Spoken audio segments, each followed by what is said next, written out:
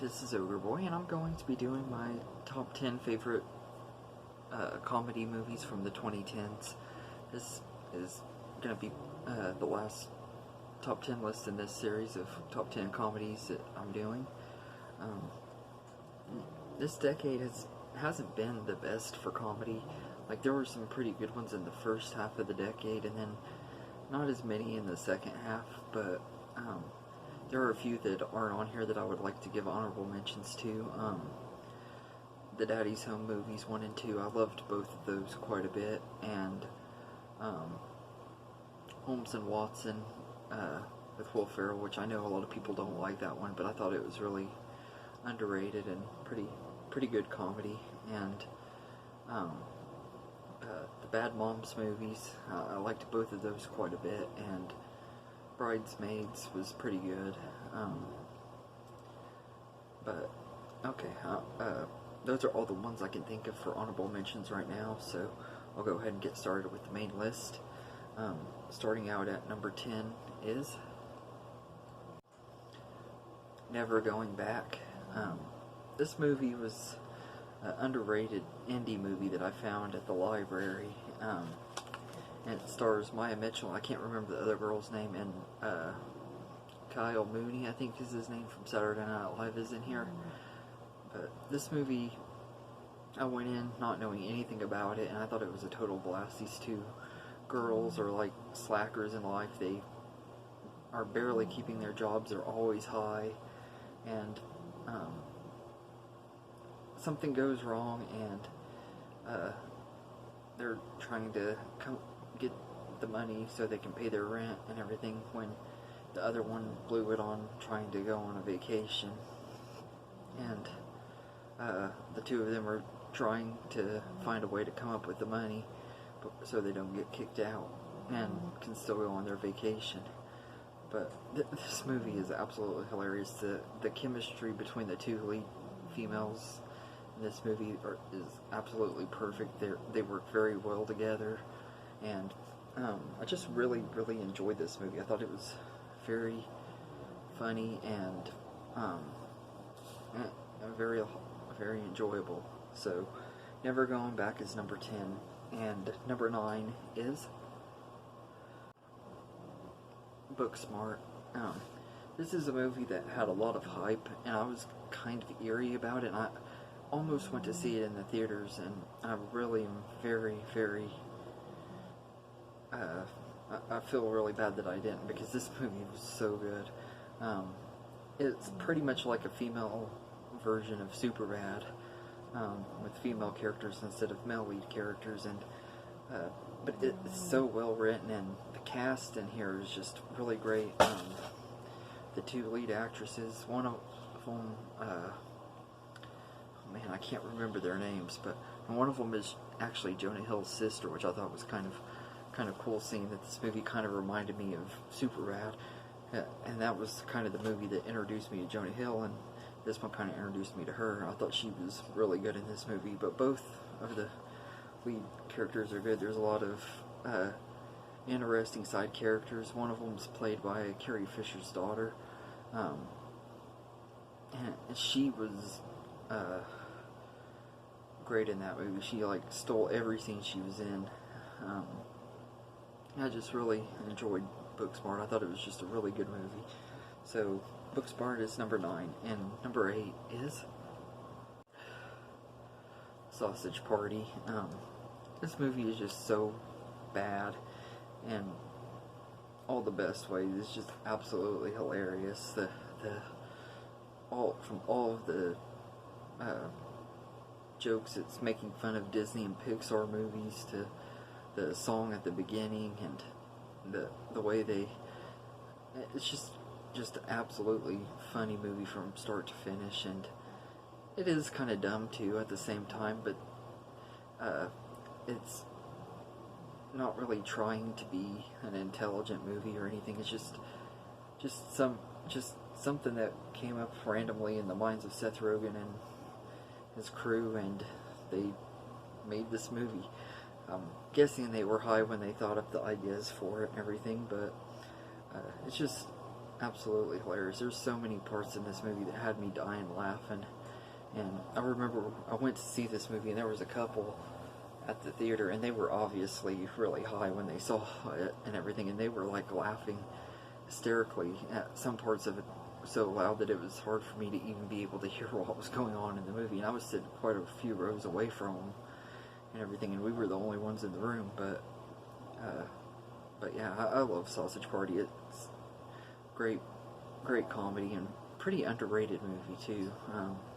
I think it did decent in theaters, and then people just don't really talk about it as much anymore. I don't know a lot of people that absolutely love this movie like I do. I think I only really know one other person that does, but I think this is a great one. So Sausage Party is number 8. And number 7 is Grown Ups with Adam Sandler, Kevin James, Chris Rock, David Spade, and Rob Schneider. I think I did review this movie a couple of months ago, but this is a movie that got nothing but bad reviews from critics and stuff. I think it was actually, I know it had to have been a big hit in the theaters, or it wouldn't have ever got the crappy sequel. But I absolutely love Grown Ups.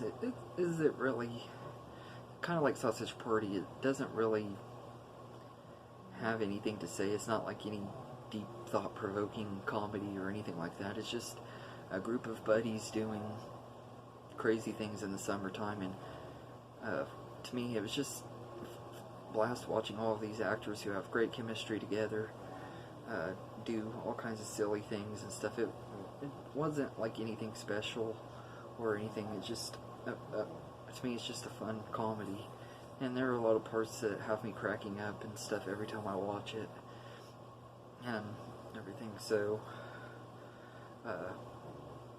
could it have been better? Maybe, but personally, I think it was the movie that it was trying to be towards Adam Sandler fans and stuff. And as a pretty big fan of Adam Sandler, I think this was easily his best movie of the decade, at least for right now. I haven't seen Uncut Gems, and there's still a few that I haven't seen yet that are on Netflix.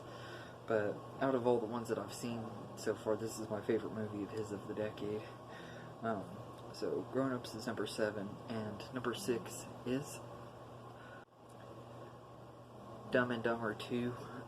This is another one that I was really skeptical about when it came out, because I had been disappointed with Grown Ups 2. Like I said, the first movie wasn't like something that had a lot to live up to or anything, but I was still hoping for a good sequel.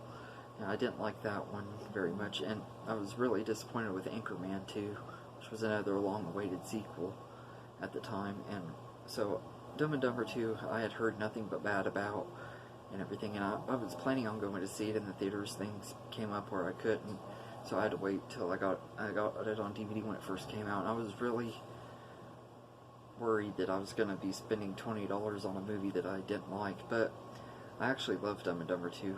It's not near as good as the first movie, but it didn't really need to be.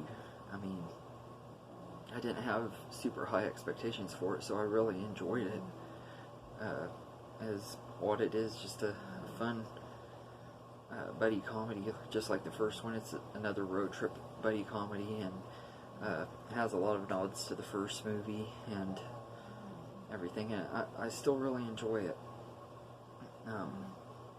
And yeah, it could have been better, but it could have been a lot worse too. And I thought it was a pretty underrated movie, because I know a lot of people didn't like it and everything. People say they acted too dumb in this movie and stuff. I'm like, well, they were supposed to be dumb. I mean, just because it's been 20 years, the entire premise of this movie was meant for them to still be as dumb as they were back then, if not dumber now.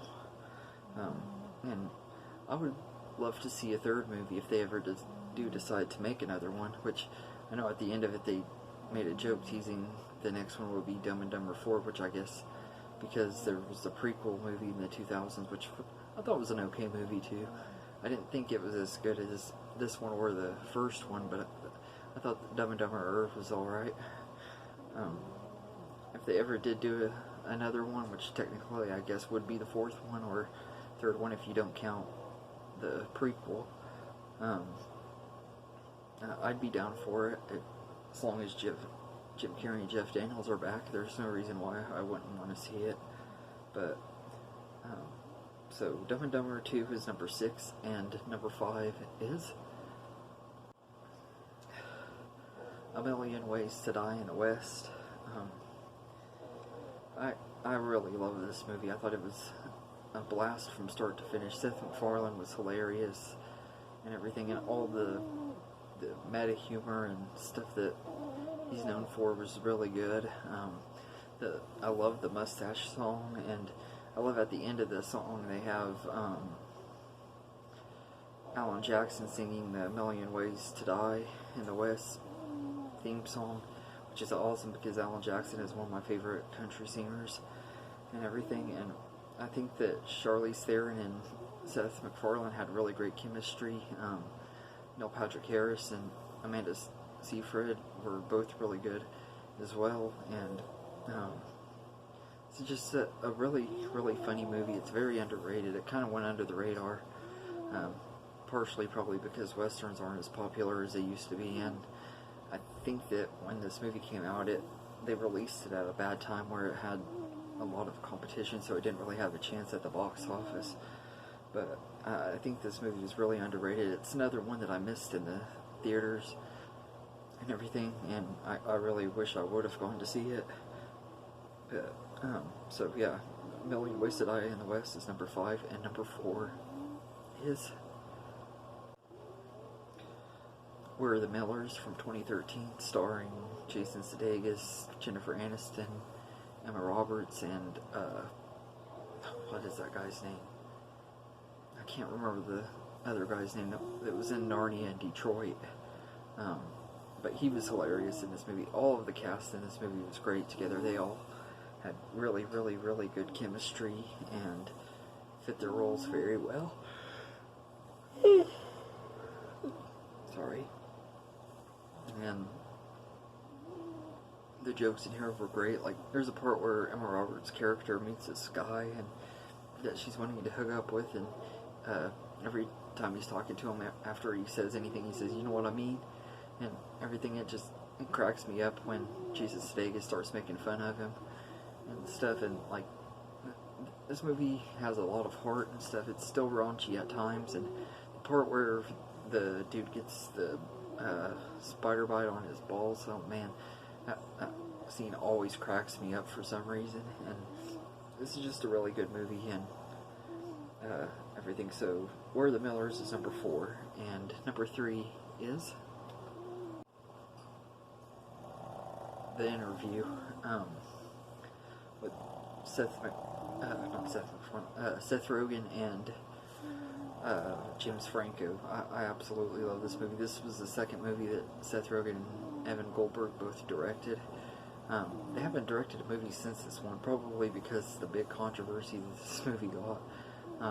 There was a big controversy with North Korea threatening to bomb any movie theaters in the U.S. that played it, so it ended up not getting a theatrical release, which I thought was bullcrap, because the movie really is absolutely hilarious, and I really wish it would have gotten a theatrical release, because I would have loved to see it on the big screen. But as soon as it hit DVD, I went and bought it, and I actually got it really cheap too, because of the controversy. It was only like $7 when it very first came out, and I just absolutely loved the movie. I thought it was absolutely hilarious and everything. I can understand why the people in North Korea were mad about this. I'm not gonna deny that. But besides that, though, I really love this movie. I thought it was a lot of fun and everything. It was a good movie, and I think that it's kind of underrated because of its controversy. But so The Interview is number 3, and number 2 is Ted. This was Seth MacFarlane's first live-action movie, and that he directed and stuff, and I absolutely love this movie. And I'd like to give an honorable mention to Ted 2, because I think that is a very good sequel, and it's a very good movie as well, and that one's pretty underrated. But I absolutely love this movie. Mark Wahlberg and Mila Kunis are both great in this movie. They have good chemistry. And Seth MacFarlane is Ted was perfect. He was hilarious, and the writing and directing is just done very well. Giovanni Ribisi, I think is how you say his last name. He's really good in this movie too, and this one has a lot of heart too, and I love the Thunder Buddy song, and everything that they do in this movie, and it's just a fun movie from start to finish, and